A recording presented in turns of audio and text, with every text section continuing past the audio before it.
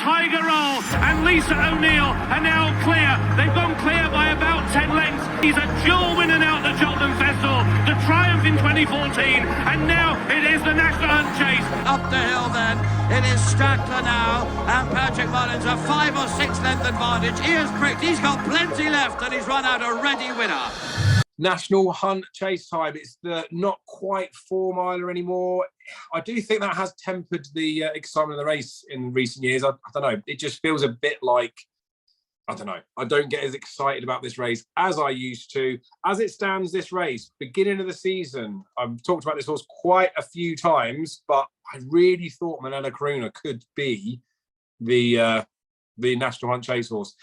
He hasn't really been campaigned, and I don't think he's qualified just yet for it. But anyway, I don't think he'll be in there. So as it stands at the moment, Gaillard du Mesnil is top price 2-1 favourite, but he's sort of 6-4-ish somewhere else, and he's even money with William Hill in the non-1 no bet market. Chemical Energy's second favourite in there. You can get top price 9-1, bet 365. Gordon Elliott's put him away and said that he will be running it, and he's already advised he's had a bit of the 66-1, and the old slide dog him. And then we've got the horses like Baddy Griffin Cottage. It's a little bit older, probably does need a bit more of a test, but maybe needs the ground for the test as opposed to the trip.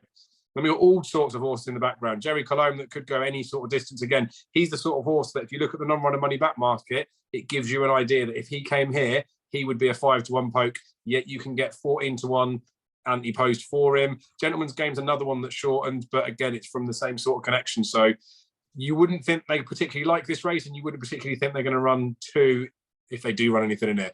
My consensus on it is Gaillard du Mesnil's the obvious one, but the price is horrific. I'd rather not have a bet and watch him win than try and get stuck into him. I don't like Chemical Energy. I don't think like the price about him is anything exciting either. But then I guess potentially if it is a small run, a small field, and you can get 9-1 about him now, we know it's the target. Maybe he's like a muggy each way bet to make a small bit of profit. I do still like Manella Karuna. So if Manella Karuna ended up going this way, then I would have some sort of interest. But I reckon Gordon could get that horse handicapped, and that would be interesting. Time Hill that I know Dale was put up for the Brown Advisory. And I don't think Philip Hobbs would ever do it and send the horse here, but I reckon he'd have a right chance here. I think he's an absolute boat, but he's not going to come here. So I've probably talked way too much about the National Hunt Chase. Jamie, who wins it? Gaillard du Mesnil, but I got Chemical Energy 20-1 after Listowel. I was there at Listowel, he won. I'm happy. I got a bit of a whisper about it, and they were bringing very happy. Got a bit of whisper for him that he was going to Cheltenham in October, the same the Galvin route, and I said, "Yeah, fucking, I will have a bit of that." But no, should he beat nothing? Like, you know, the last thing the October meeting, like, come on, call a spade a spade. Gaillard du Mesnil would probably win. It's just a nagging doubt in the back of my head, Dave, is that a 3-stripe life, the ill-fated 3-stripe life, stood up the last day. A 3-stripe life would have beaten him. He just reminds me of another Run Wild Fred. He just got lucky the last day. The best horse in the race fell. I suppose Chemical Energy's been around the track, but sure, they went to crawl. Like, you know what I mean? Like, it's crap. If he's placed, of course, I'd be delighted. But like, it's going to be like another 5-6. This race is getting ridiculous now. This is in a case this race is going too. Like, it's like last year. What do we have? 6-7 runners. It's going to be 5, 6, 7, like 10 tops. Like in this, like. And I can't see anything else bar the top 2 in the market, to be honest with you. Maybe your horse might have a chance, and you probably put him up in the meeting. And I know you know exactly who he's a grey horse of William Mullins called Ramillies. He's definitely going to come here, I think, in my opinion, and he might be a bet each way if he runs again. But I presume he has to get qualified yet. He'll have to run in a 3-mile novice, isn't it? Maybe at Naas or Navan before it. He might have a chance, but to me, it's Gaillard. To me, it should win. Ramillies is qualified. Ramillies won at Fairless over 3 miles, didn't he? Oh yes, yeah, he's qualified, yeah. So like he might be a bet. Yeah, fair enough. We do have the 10-up novices chase, don't we? Which has always been a race in previous years that all the Irish trainers will use for. There's a race at Naas. Remember Sattler won last year. There's another one at that carefully selected. Everyone thought it was going to win that year. Is right. That's another race, but after that, Dave, you're clutching at straws, like. Yeah, fair enough. Darryl, what do you make of it? Because, like I say, anyone that I talk to when I talk about this race, and when no one really seems to get excited about it, I definitely don't. And then we're again looking for a betting angle, and like it is potentially just talked up as a 2-horse race, isn't it? You can still get 9-1 Chemical Energy. Is that too big? Yeah, probably. It was a good time figure he ran at the October meeting. They seem quite excited about him. You know he's coming here, don't you? So there's nothing wrong with him, is there? He's got a great chance. I would probably just worry if the ground got a bit choppy for him, though. He probably wants a good bit of spring ground, doesn't he? But he will, yeah. He definitely is good ground. You can see, it's good ground. Yeah, can I just throw in one at a big price that could go well? I'm a bit reluctant to back him as well, though, because he could get a handicap mark, could go Kim Muir.